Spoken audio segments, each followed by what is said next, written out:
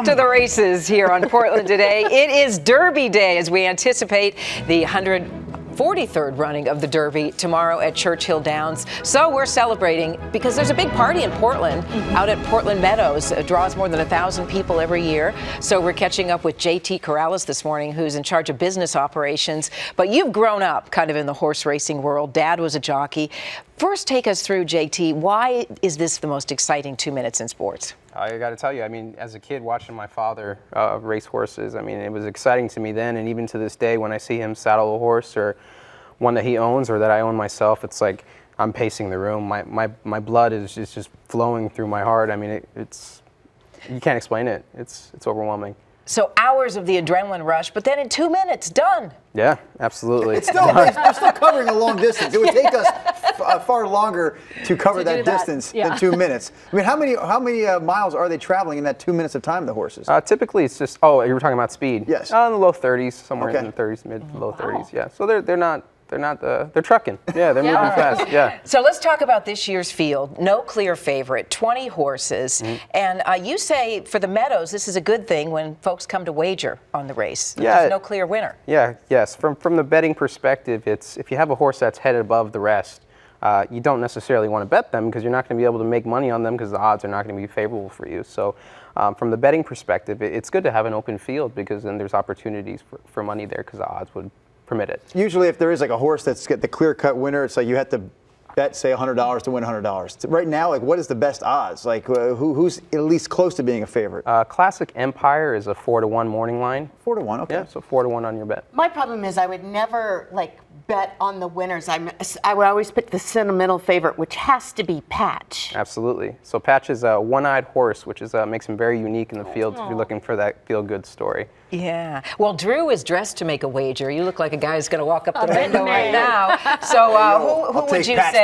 Who would you say, other than Patch, would be your winner? I like Always Dreaming, the 5-horse in the race. And one of the things to consider is it's been raining a lot out in Louisville today, and it plans on raining a lot more tomorrow. So when you're looking at the form, seeing any horses that might have had some experience with a sloppy track, which there's only a few, kind of changes the dynamic of the race. You need a mutter. Yeah, there you go. That's the term. What's that term they use? Mutter. Mutter, right? mutter, right? Tracy's on it. If the mutter's mother was a mutter, then that's even better.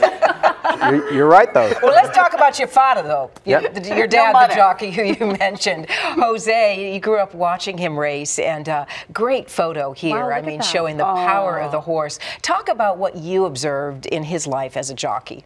You know, there's highs and lows of it. It's there's some glory to it, and there's prosperity, and people do well. But then there's a lot of hard work on the back end. Gosh. And my father was always pretty physically fit, so for him to be able to drop weight was a tough deal for him. So I mean, it was rigorous. I mean, what was his weight? Do you remember? I mean, it varied. I mean, sometimes you'd be around 110, but up to 116. And And JT joked earlier. You said my dad had 3 sons. None of us ended up becoming jockeys. No, we knew better, right? You're in the biz, and your dad made it to the Preakness. Yes, he did. He had a horse that he owned and trained, and 2 years ago when American Pharoah won the Triple Crown, he saddled a horse out there in Pimlico, out in Baltimore, and it was an amazing experience for our family. Were you there? Yeah, absolutely. Oh my gosh, that's wonderful. High. And I asked you, so how much of a take does the jockey get tomorrow, the winning jockey? So the Kentucky Derby, the purse for the Derby is $2 million, and of that, 60% of it goes to the winning connections.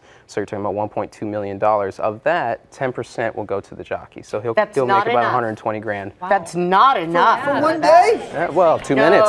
2 minutes. 2 minutes in decades of preparation. Oh my gosh, yeah. So what's going on racing-wise out at the Meadows these days? So our race meet typically runs from the end of September somewhere into January. We picked that time of the year not because we love the weather, but because we share a horse population with Seattle and some of the other tracks, and we don't want to run on top of one another because then our field sizes would be hurt all around. So but there's a big party this weekend. There is a huge party this weekend. And what's going on out there? Wow. Yeah, great stuff. So we open our doors tomorrow at 7 a.m., but the party really starts to get going around noon. We have a live band. We have a gaming room downstairs. You can wager on the races. We've got activities for the kids. picnic benches galore for the hopefully nice weather we'll have tomorrow afternoon.